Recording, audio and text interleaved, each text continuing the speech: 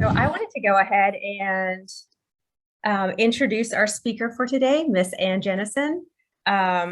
She is a traditional Native American storyteller with both European and Wabanaki heritage, and storytelling skills have been polished by more than 30 years of experience sharing Indigenous lesson stories with audiences of all kinds. With master's degrees in both storytelling and history, and also brings a wealth of cultural and historical knowledge to enrich her retelling of timeless Northeast Westlands Native American stories, and is listed on the New Hampshire Traditional Artists roster as a traditional Wabanaki storyteller and craftsperson, and is also a member of both the New Hampshire Commission on Native American Affairs and Indigenous New Hampshire Collaborative Collective. Additionally, Anne is an affiliate faculty member of the University of New Hampshire Native American and Indigenous Studies. So what Anne wanted to do is leave the 10 minutes at the end of her presentation for questions. So you can go ahead and start, Anne. Leave the floor to you. We're good? Thank you, Bernice. I'm absolutely honored to be here today. And from listening to the program so far from yesterday, I understand that what we're doing here this morning with me is, departure. But the reason I named this particular session, the Storytelling Stone, is because I think it's very important to look into the traditional stories. There's a wealth of wisdom that's encoded in those stories. And the stories that have lasted for generations are the stories that are very, very entertaining, but they also have multiple layers of messages in them. But before I start telling you more about the Storytelling Stone and telling you some stories, I just want to start by saying that I'm speaking to you from New Hampshire, which is in Indakana, means our land in Western Wabanaki. And Wabanaki territory encompasses all of present-day northern Massachusetts, all of New Hampshire, where I am, all of Vermont, all of Maine, the southeastern parts of Quebec, and Nova Scotia and New Brunswick, the maritime provinces. So it's quite a large swath of land that encompasses not only the Western Wabanaki territory, where I am in New Hampshire, southern Maine, Vermont, Massachusetts, but also the Penobscot, the Passamaquoddy, the Mi'kmaq, and the Maliseet peoples. So the stories are familiar to the storytellers here, but they do change a bit, as they travel. What made me think of the Storytelling Stone, it's actually a Haudenosaunee story originally. It's, in fact, the version I tell usually is credited to the Seneca people. And it's a story about a young boy who goes out into the woods, and he's out for a long time. He's hunting, and he gets very, very tired. And he finally comes to a place where there's a clearing, and there's a huge stone, a huge big boulder, grandfather rock. And as the boy's sitting there leaning against the rock, just kind of resting for a little while, he hears a voice that tells him, "Give me a gift and I'll tell you a story." He's looking around because he has no idea where this voice is coming from. And the voice says again, "Give me a gift and I'll tell you a story." And he realizes that the voice is coming from the rock, this huge grandfather rock. And he asks, "Grandfather, what's a story?" And, so the rock says, "Well, give me a gift and I'll tell you a story." And so the boy looked, and he offered some of the trail food that he had. He laid it down at the base of the rock. And the grandfather rock, this storytelling stone, started telling all kinds of stories of wisdom and stories with humor and stories with drama. The boy was just enraptured. He had never heard a story before. And that went on all day long until it was time for the boy to go back to the village. And the grandfather rock said, "Come back tomorrow and I'll tell you some more stories." So the boy went back to his village. He told some of his friends, what had happened, because it was such an amazing thing. The next day he took some friends back with him because they didn't believe him. And he had them, everybody gave a gift, and then the storytelling stone started telling stories And it told them all day long. And this went on for day after day after day. And each day, everybody brought somebody new from the village, till by the end of several days, everyone in the village had come and offered gifts and heard the stones telling stories. Well, they say that that's why it is and how it is that we came to have stories in this world, the two-legged, the human beings such as you and I.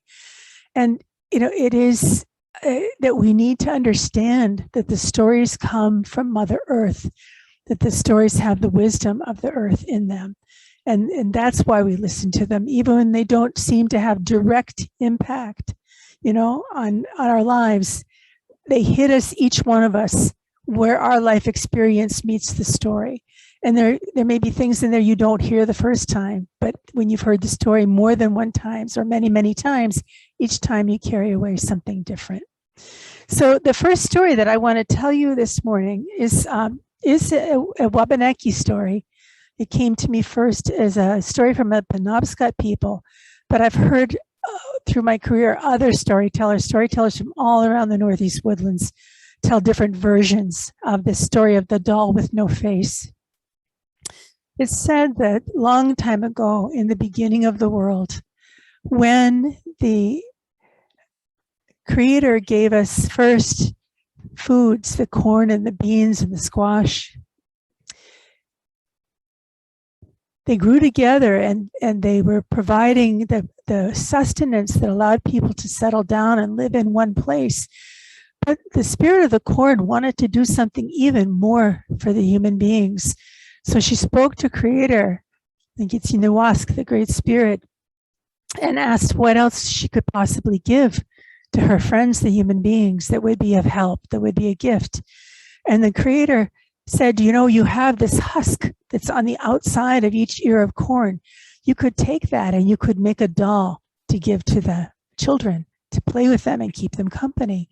And so that's what the Spirit of Corn did. She took some of her very own husk, she dried it, she shaped a beautiful doll, and she took her silk and made long silky hair for this doll, and she made beautiful clothing for it, painted a beautiful face on it, filled this doll with stories and song and dances and music.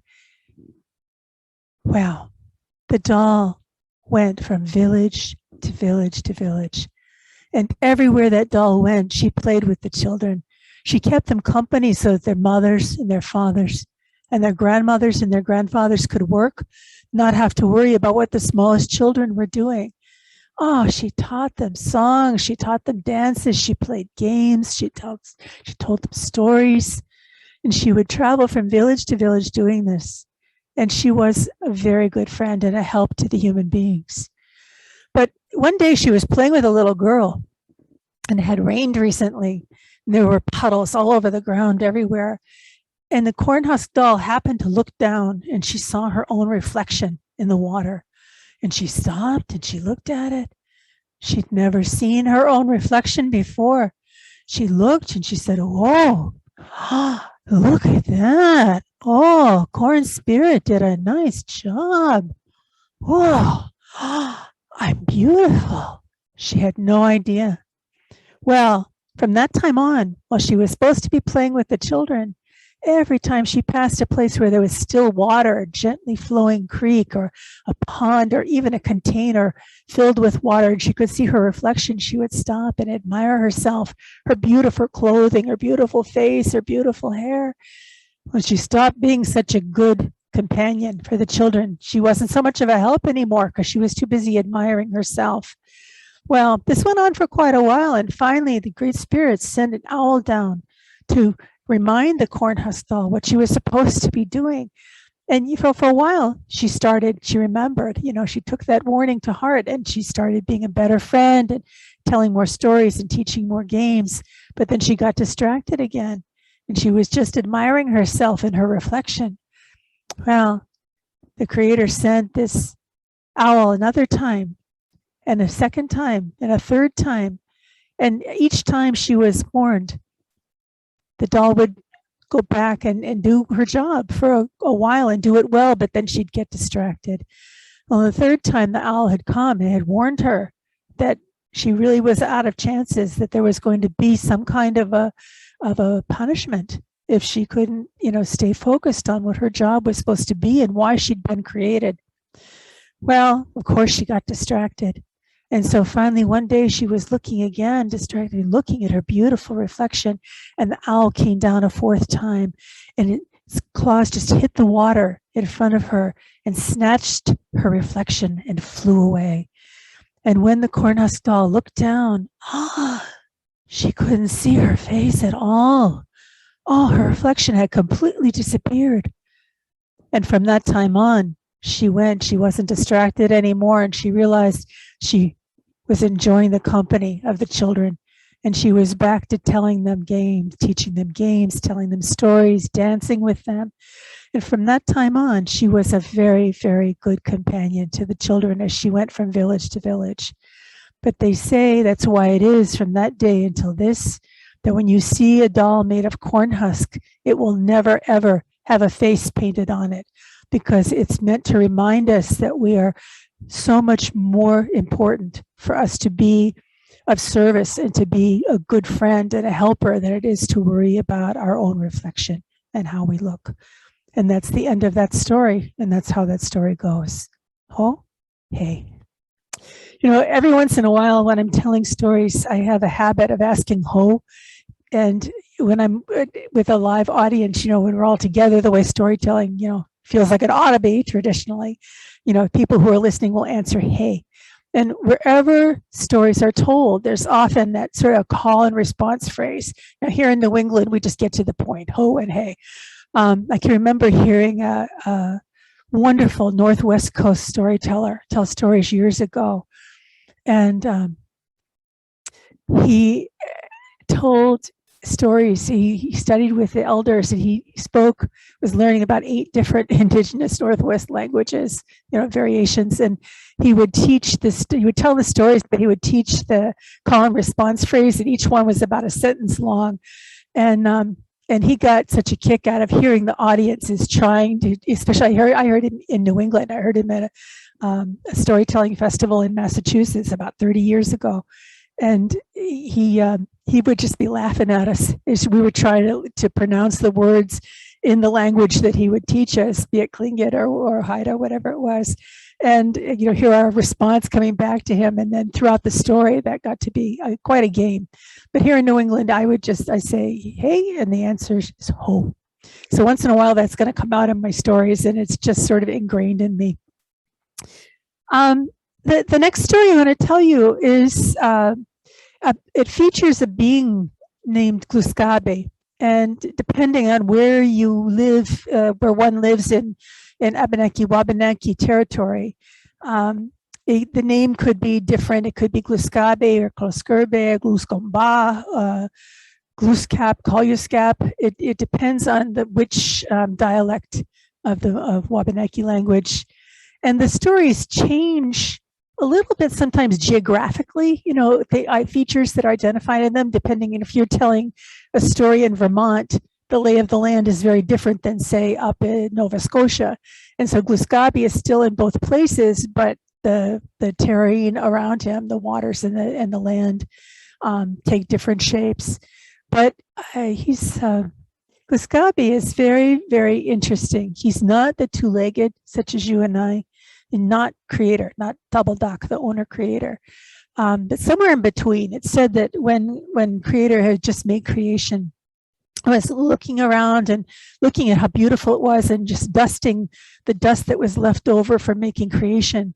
That dust hit the ground and it started to swirl and it shaped itself, and it shaped a head and a torso, and looked up at creator and said, oh, let's go for a walk. Let's walk around and enjoy this beautiful creation. Creator noticed that, this being had no arms or legs yet, but decided to not point it out. And so this creature started to try to get up and realized his own, foolishness. He couldn't push up off the ground. So he started pushing and pushing after he shaped arms for himself. And the ground pushed way up on one side and way up on the other side. And finally he realized he still couldn't get up and shaped legs for himself. When he got up, this being was Gluskabe. And now if you tell the story in Vermont, He pushed all the land he shoved up on one side was the Green Mountains, and all the land he shoved up on the other side became the Adirondacks, and the hollow from where he was sitting became Lake Champlain. When you tell this story, and the name is slightly different, you tell it up in northern Maine and into Nova Scotia, the place where he hollowed out, it becomes different, but still Gluscabie is the same Gluscabie, same creator. Well, because Gluscabie shaped himself, he didn't have parents, and he needed someone to teach him how to live and the things that he needed to know. And so Double Duck, the owner-creator, gave Gluscabie a grandmother, and he lived with grandmother Woodchuck. And when he was young, he had a lot of lessons to learn. So there are many, many, many stories about Gluscabie when he was young, and he's always making mistakes. And then he does the only thing you can do with mistakes is, try to fix them. So it was a beautiful blue sky day. Oh, beautiful day. Gluscabie looked out of the lodge where he lived with grandmother Woodchuck, and he said, "Grandmother, I'm going to go hunting today." And grandmother looked up from where she was working, and she had all of her supplies around her because she had things to make and things to mend. And she said, "Oh, grandson, good idea. You do that. You go hunting." She figured it would get him out of the lodge and out of the way for the day.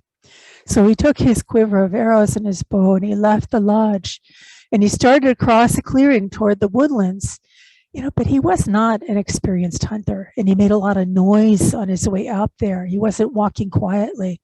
So by the time he got to the woods, all of the bird and animal people, they knew Gluscabie was hunting. They could hear him, they could see him, and they hid. Well, he looked all morning long till he got to a place where there was a clearing out in the middle of the woods, and he looked, and something was off. He hadn't been able to see one animal, not one bird, nobody to hunt. And then he heard a kind of strange sound. It sounded like laughter. And that's when he realized that all the bird and animal people knew he was hunting. They were hiding from him. And what was worse, they were laughing at him. Well, he needed help. So he turned around, he left the woodlands, he went all the way across the clearing to where he lived with grandmother Woodchuck. And there was a stick across the doorway saying she was busy in there. She didn't want to be disturbed.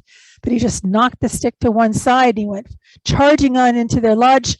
Grandmother, I've been hunting all morning. The animal people, the bird people, they're hiding from me. I need help. I need you to make something for me." And the grandmother looked up and she said, "Grandson, I'm busy. I have things to do here." And he said, No, grandmother, I really need your help. I do. I need you to make something for me, and I need you to make a game bag for me. And she said, "Grandson, I'm really busy here." Well, he kept asking, begging and pleading and wheedling, and finally she put down her projects and she said, "Oh, grandson, what is it you said you want?" "I want a game bag, grandmother, please." Well, she looked around all of her supplies and she pulled up a big hunk of elk hair and she twined it out. She wove it. She got a good sized piece of fabric. She folded it over. She bound it off, put a strong carrying strap on it, and she gave it to Gluscabie. And he took it. "Oh, grandmother, oh, this is a good, big, strong game bag." But then he threw it down on the floor of their lodge. "It won't do. It's not what I had in mind. Make me another one, grandmother." "Grandson, what do you want?" "Well, I don't know, but that's not it. Make another one for me, grandmother." So she looked around. She found a big hunk of moose hair. She twined it out. She spun it. She wove it. Made a big piece of fabric, folded it over, bound it off, put a strong carrying strap on it. This one was very tightly woven. She gave it to him and he took it. "Oh, grandmother, whoa, this is a fine game bag. It's even better than the first one. Whoa." Then he threw it on the floor of their lodge. "But it won't do. It's not what I had in mind. I need a different one, grandmother. Please make another one for me." "Grandson, what do you want? I've made 2 game bags for you." Well, he thought about it for a minute. He said, "Well, I think it should be made of woodchuck fur. Oh, grandson, I understand. And she started to pull the soft fur from her very own belly. She got a little pile of fluff. She took it. There wasn't very much. She twined it out and she wove it. She made a little piece of fabric. She folded it over. She bound it off. She put a strong carrying strap on it. It was really small. Oh, hey, well, she looked around. She found some porcupine quills and she softened them and she started weaving and embroidering a design. Maybe he wouldn't notice how small it was. Oh, hey. She finally finished it. She took the little game bag and she gave it to Guskabi. And he took it. Oh, grandmother, this is exactly what I needed.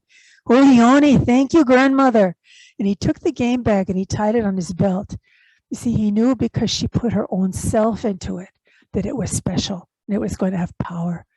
And he took his bow and his quiver of arrows and he left their lodge, went right back across that clearing toward the place where the woodlands began. He went all the way toward the place where he had heard the bird and animal people laughing. And well, he realized that they knew that he was hunting and he had to come up with some way to trick them. Well, he got to the very spot where he had heard the animal people laughing and he started crying.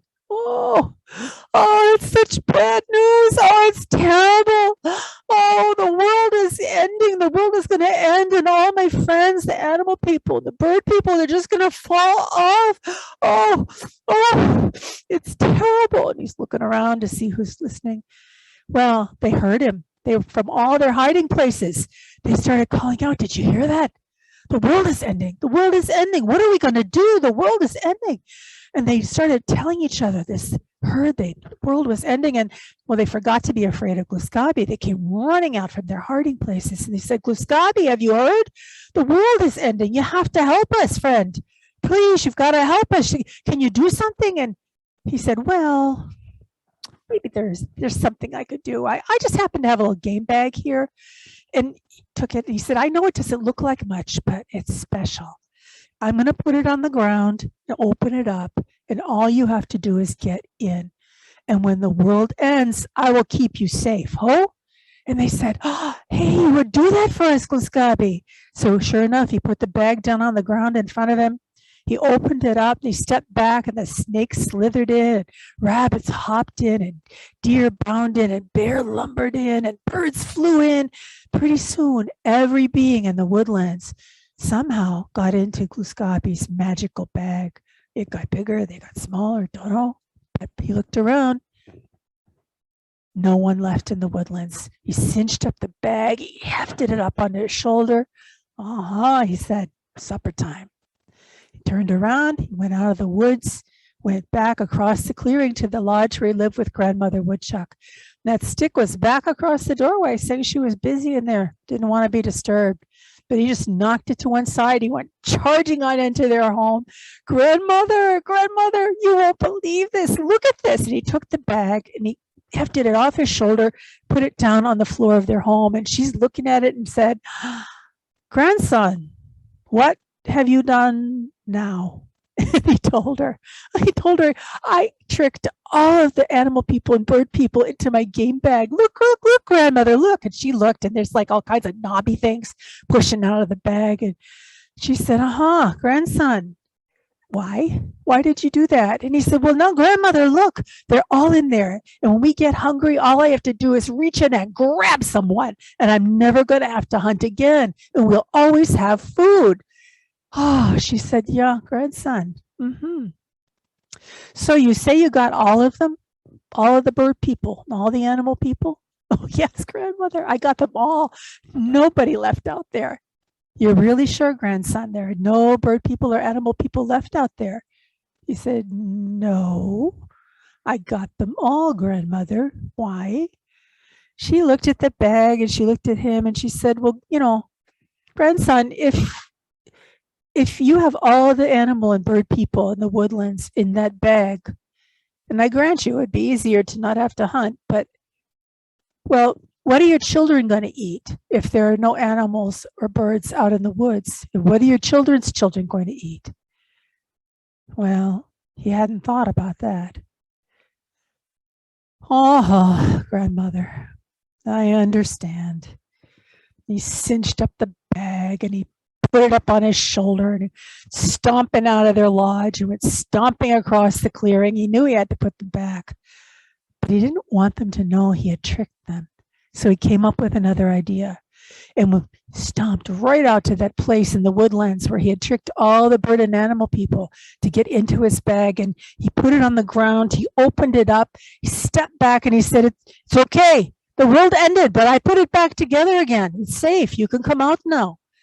Well, the birds started flying out. The bears lumbered out. The deer bounded out. The rabbits hopped out. Snakes slithered out.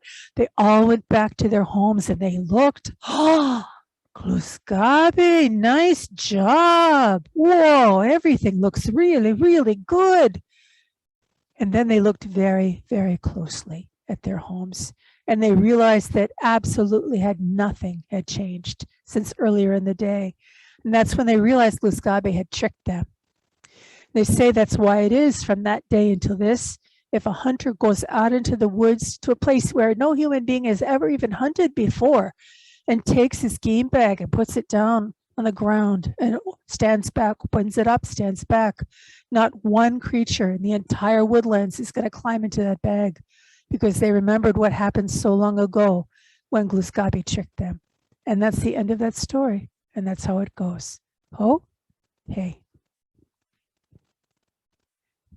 I do a quick, it's only quarter up. Good, we have plenty of time.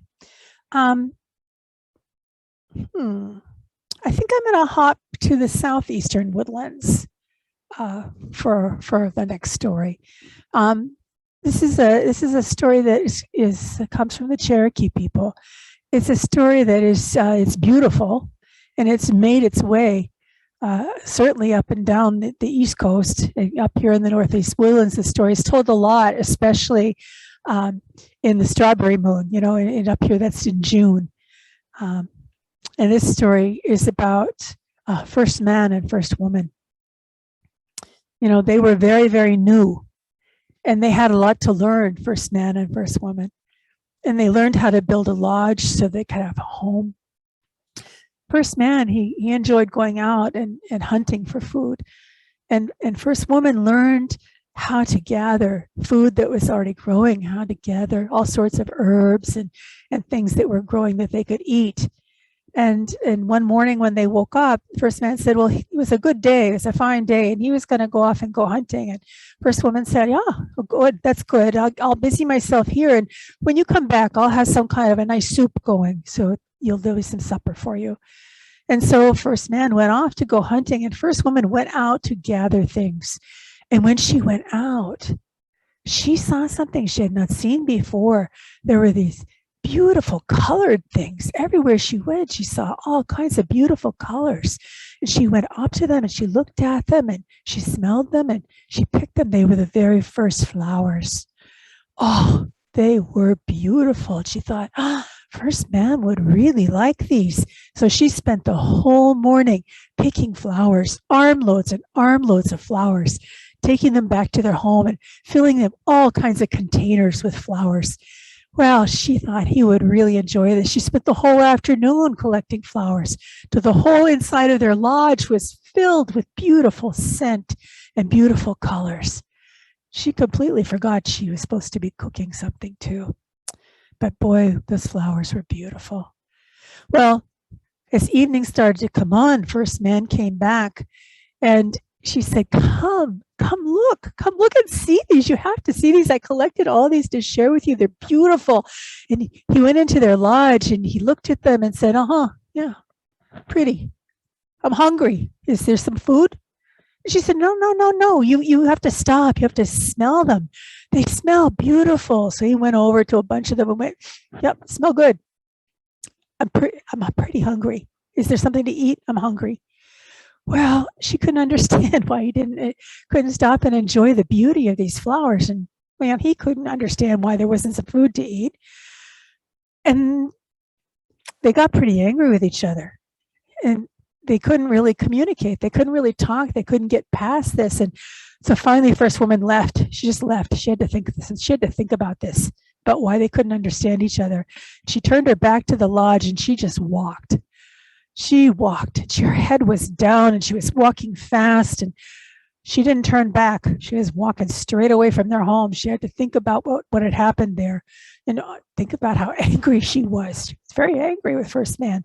They hadn't disagreed on anything before. She didn't know what to do with these feelings. These feelings were new. Well, First Man waited for a while. He figured she'd be coming back when she, calmed down, but she didn't come back.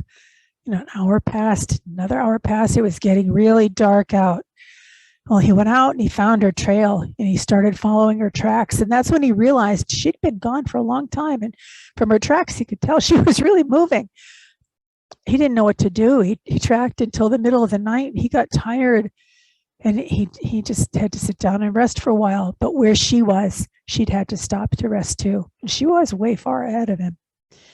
Well, when the sun came up the next morning and First Man was stopping to say his prayers, he asked Creator to please help him. He was sorry. He didn't understand why they'd had the words and the anger that they'd had, but he just wanted to catch up with First Woman and have a chance to talk to her and try to settle things, between them.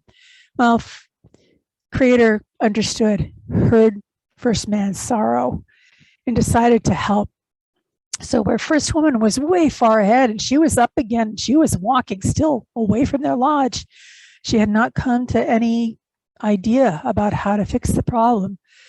She was looking down at the ground and walking fast, and Creator shone a bright light on the pathway to the side just in front of her. And from that light, a big bunch of brambles sprung up out of the ground with bright berries on them. And, First One was just looking down at the ground. She walked right past the first blackberries and raspberries. Well, she was walking along. Creator decided we better try again and shone a light down on the pathway just ahead over the side of the path. And, well, a big bush sprung up and it had beautiful blue berries on it. And First Woman, she was looking down, right down at her feet and walking along. She walked right past the first blueberries. Well, Creator thought we should try something different and shone a strong, strong light down on the ground, the trail right in front of First Woman. And some vines appeared and beautiful white flowers and then beautiful red berries. Oh, they were right in front of her and they were beautiful. And there was a sweet smell coming. She stopped. She looked at them. She bent over and picked one of the berries and she smelled it. It smelled sweet. And she tasted it. Oh, it was sweet. It was like sunshine and sweetness. And she thought, oh, First Man would really, really like these. When she tasted the sweetness of that berry, it melted all the anger in her heart. And she started collecting many, many of these strawberries and gathering them up in her skirt, thinking she would take them back and share them with First Man. And she was there so long picking these strawberries that First Man caught up with her. And she said, here, try this. And he tasted of the berry, and oh, it was wonderful. And they stopped and they talked with each other. They shared some of the berries and they came to an understanding of what had caused their anger between them. And they decided to turn around and head toward home. And as they went home, carrying many strawberries between them, they passed a bush that was tall and had blueberries on it. And they picked it and put it with the strawberries. And then they passed the place where there were brambles and they picked these berries that were on the brambles and added them to their collection. And they went home and they shared this wonderful meal of berries and stopped and spoke with each other about what had happened and where the misunderstanding had come from. Well, they say that's why it is when we see strawberries, we should pay attention to their beautiful red color and their shape of a heart and know that the words that we say to one another need to be as sweet as those strawberries to remind us to send only kind words into the hearts of the people that we speak with. And that reminder is with us to this very day when we see the strawberries every spring. And that's the end of that story. And that's how it goes. Oh, hey. I think we have time for maybe one more story. And then we'll have a little bit of time left for me to be able to answer. If you have any questions, maybe if there's any thoughts or anything you'd like to put into the chat, then Bernice could share that with me, and I'd be happy to answer questions about stories, storytelling, the Wabanaki people, anything that you might have in mind. This next story that I want to tell you is actually, I've lived with this story. It's lived with me for a long time. It was one of the very, very first stories that I learned when my children were young. And I decided that, you know, when our children are born, you figure out what kind of parent you want to be. I had thought about it some in abstract, but all of a sudden I had, you know, a child in my arms. And it actually was about that time that I realized, and my husband realized, he didn't know.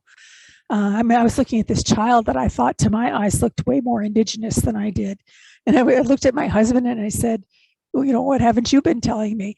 And he didn't know, but his father spoke up and said, oh, Mohawk, 5 nations. And my husband didn't know. That happened a lot here in the Northeast. There was this whole period of time we now refer to as hiding in plain sight. The people either were driven to the west after the Indian Removal Act of 1830, or they were driven to the north, or they blended in and literally hid in plain sight, and didn't always actually they made a point of not telling their children. You know, if they could appear to be more black or more white, that was actually safer than being indigenous in New England. People could maybe have a job and provide for their children. You know, it wasn't a best case scenario, but it's, you know, what some of our ancestors was maybe the, you know, one of many bad choices they had to choose from. At any rate, we lost sense of our heritage, and my husband had never even met his grandfather, so he couldn't know and wouldn't have known. But anyway, that's when I started learning to tell stories, because I knew my children would grow up hearing the European stories, you know, that you hear. You just can't miss them in the school system in the United States or in Canada. You hear, you know, all the stories of that we equate with Disney now, the Snow White and all that, all the stories of the Grimm brothers and Charles Perrault and Andrew Lang. But so I knew they would hear those, but they weren't going to hear the indigenous stories if I didn't find a way to let them learn about it. And so this story I learned from a woman named Claudia Altimus, and it came to Claudia as a Lenni Lenape story. And so that's the way I've always passed it along. It's funny, I heard somebody introduce it about 10 years ago as an Wabanaki story, and then I realized later they had learned it from me, which was very strange. So, you know, you've been telling stories for a while. At any rate, this story, it said it comes from so long ago, so early in the world. It was before the two-legged, such as you and I were here. And the animal people were much bigger than they are today. And we're talking about giant beavers and mastodon and saber-toothed tigers and those creatures that were living here in New England 10, 12,000 years ago. And, you know, the Wabanaki peoples have an ongoing 12,000-year presence up here in the Northeast woodlands. And our relatives, the Lenni Lenape, also equally long time. So this story is the animal people were much bigger than they are today, and they could speak to one another. And then one other thing, it was daylight all the time, all the time. So one day, Kingfisher was sitting up on the branch of a tree, just taking in the beautiful day. And across the river, on the other bank of the river, Otter was sunning herself, and she was enjoying life. Between them, a big fish jumped up out of the water. And at the same moment, Kingfisher swooped down from his branch, and Otter slithered off the bank of the river and started swimming, and they both reached that fish at the same moment, and each one of them grabbed an end of it, and neither one of them would give that prize up. Kingfisher's flapping his wings, and he's pulling one way, and Otter swimming for all she's worth and pulling the other way. Kingfisher would gain, and then Otter would gain, and then Kingfisher. They started to get really angry. The same moment they said, "Yo, that was my fish. No, it was mine." Well, the fish took one look, plopped back in the river, and swam away. They were so busy fighting about whether or not it was Kingfisher's fish or Otter's fish, they didn't even notice. Pretty soon, over on Kingfisher's side of the river, all the bird people were yelling that kingfisher had gotten there first. There definitely was kingfisher's fish. And over on Otter side of the river, all the animal people are saying, no, you do not know what you're talking about. We saw it. It was definitely Otter's fish. And the fighting spread. Pretty soon, all the bird people were fighting and arguing, and all the animal people were arguing over whose fish it was, kingfisher's fish or Otter's fish. The fighting spread, got louder and louder, spread around the whole circle of the earth. Nobody could even remember what they were fighting about anymore. Oh, but the fighting got loud and violent and louder and louder and louder until Gitchinawask, the Great Spirit, noticed. Well, Creator had given the bird and animal people everything they needed to live well. They had good homes. They had plenty of food. They had nice fur suits or feather suits, you know. There was nothing for them to be fighting about. So Creator decided to do something and started to weave. Wove for a long time till there was a huge blanket. Then took the blanket and spread it across the sky between the sun and the earth, and this pitched the earth into darkness for the very first time, and the fighting stopped because no one knew what this darkness was. They had not ever seen it before, and they were afraid. So they started to call out to each other and found each other by the sound of their voices. They came together and they formed a huge council circle. And then they all sat there in the dark, not knowing what they were going to do, but at least they weren't so afraid because they were with friends again. Oh. Well, finally a voice spoke up out of the darkness and said, I am eagle. I have strong wings. I have sharp talons. Why don't I just fly up there and I'll just rip that blanket away, ho? And hey, they agreed. So Eagle left and he circled up and up and up for a whole day till he came to that blanket across the sky, and he hung on with his talons and he beat his wings and he pulled and he tugged and he pulled and he beat his wings all day long until he was exhausted and he fell down and down and down, and whomp, he landed right in the middle of the council circle. And that was not a good sound. They felt around in the darkness until they found their brother, the eagle. Oh, they found him. They sat there for a long time in the quiet, in the dark, not knowing what they were going to do now, till finally another voice spoke up and said, I am red-tailed hawk. Like my brother, the eagle, has strong wings and I have sharp talons. He must have loosened that blanket. Why don't I just fly up there and I will finish the job, ho? And hey, they agreed. So red-tailed hawk left and he circled up and up and up for a whole day till he came to that blanket, sank in his talons, he beat his wings and he pulled and he tugged and he pulled and he beat his wings all day long until he also fell exhausted down and down and down. Whomp. Well, this time they knew that sound. Not a good sound. They felt around and they found him and they sat there, all the bird and the animal people, remembering their brother's eagle and red-tailed hawk, not knowing what they were going to do. And finally a voice spoke up out of the darkness and said, I'd go if I could, but I can't fly. It was Bear. He said, I'm too big. I don't have wings. And I don't know what we're going to do. Well, it was quiet again for a while, and then finally a little voice spoke up, small, from almost out the outside of the circle, and said, well, maybe I can help. And Bear said, who is that? I can't see you. Who is that? And the voice said, it's Hummingbird. Hummingbird. Bear knew it wasn't polite to laugh. But Hummingbird, what could you do that eagle and red-tailed hawk couldn't do?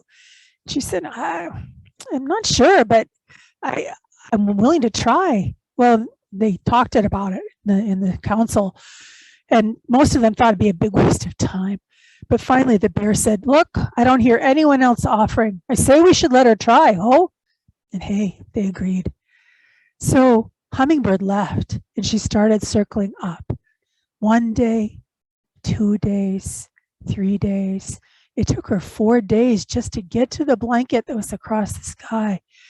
Well, she didn't have the wings, the strong ones that eagle and red-tailed hawk had, but she had a long time to think on her way up. And well, she had her own gift. She had a strong, pointed, needle-like beak, and she came up with an idea. So when she got to that blanket, she hung on with her tiny little claws.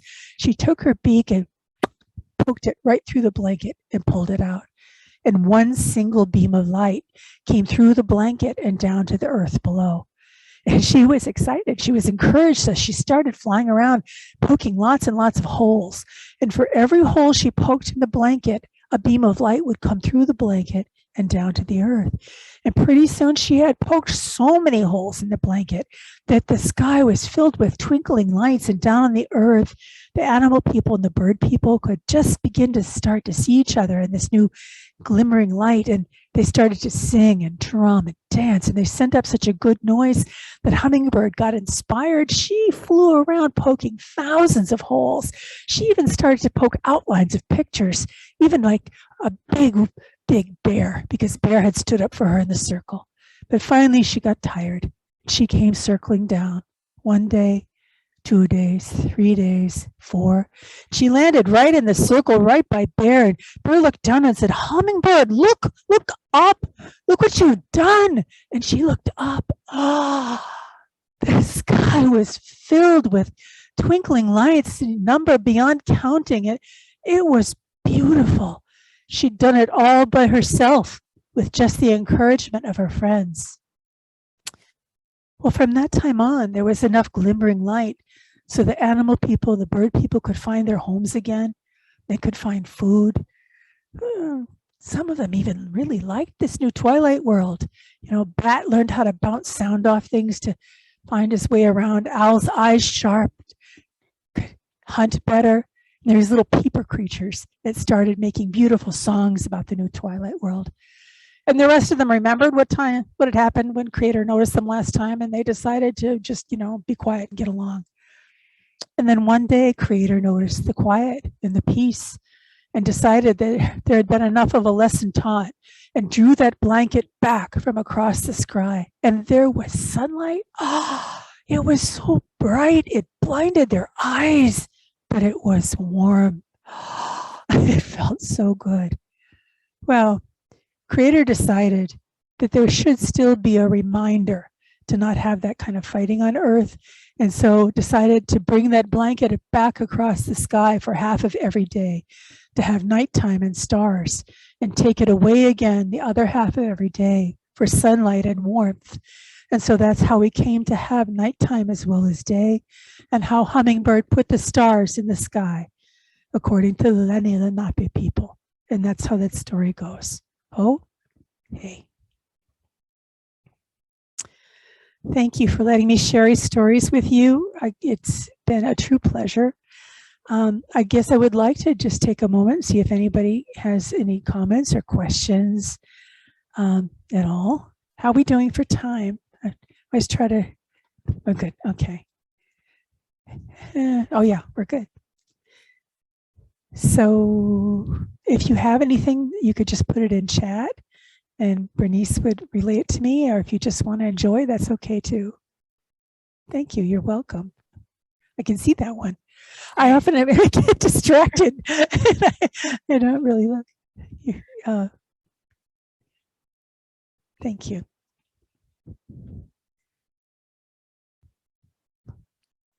It's been a pleasure to share these stories. I try very hard to encourage people to learn the traditional stories and to listen to them. And you'll be surprised how many will stick, the ones that will go right to your heart, and you'll remember them. And you can pass them along. There are funny stories, and there are sad stories, and there are stories of spirit and how we all came to be here. And there are some pretty adult stories as well. But many of the stories are ones that explain everything that there is about the world and our knowledge, the indigenous people everywhere we live, stewards of the land. And that information is shared in the stories as well, as ideas about how to get along with each other and to live in balance with one another. Thank you. Oleoni, thank you.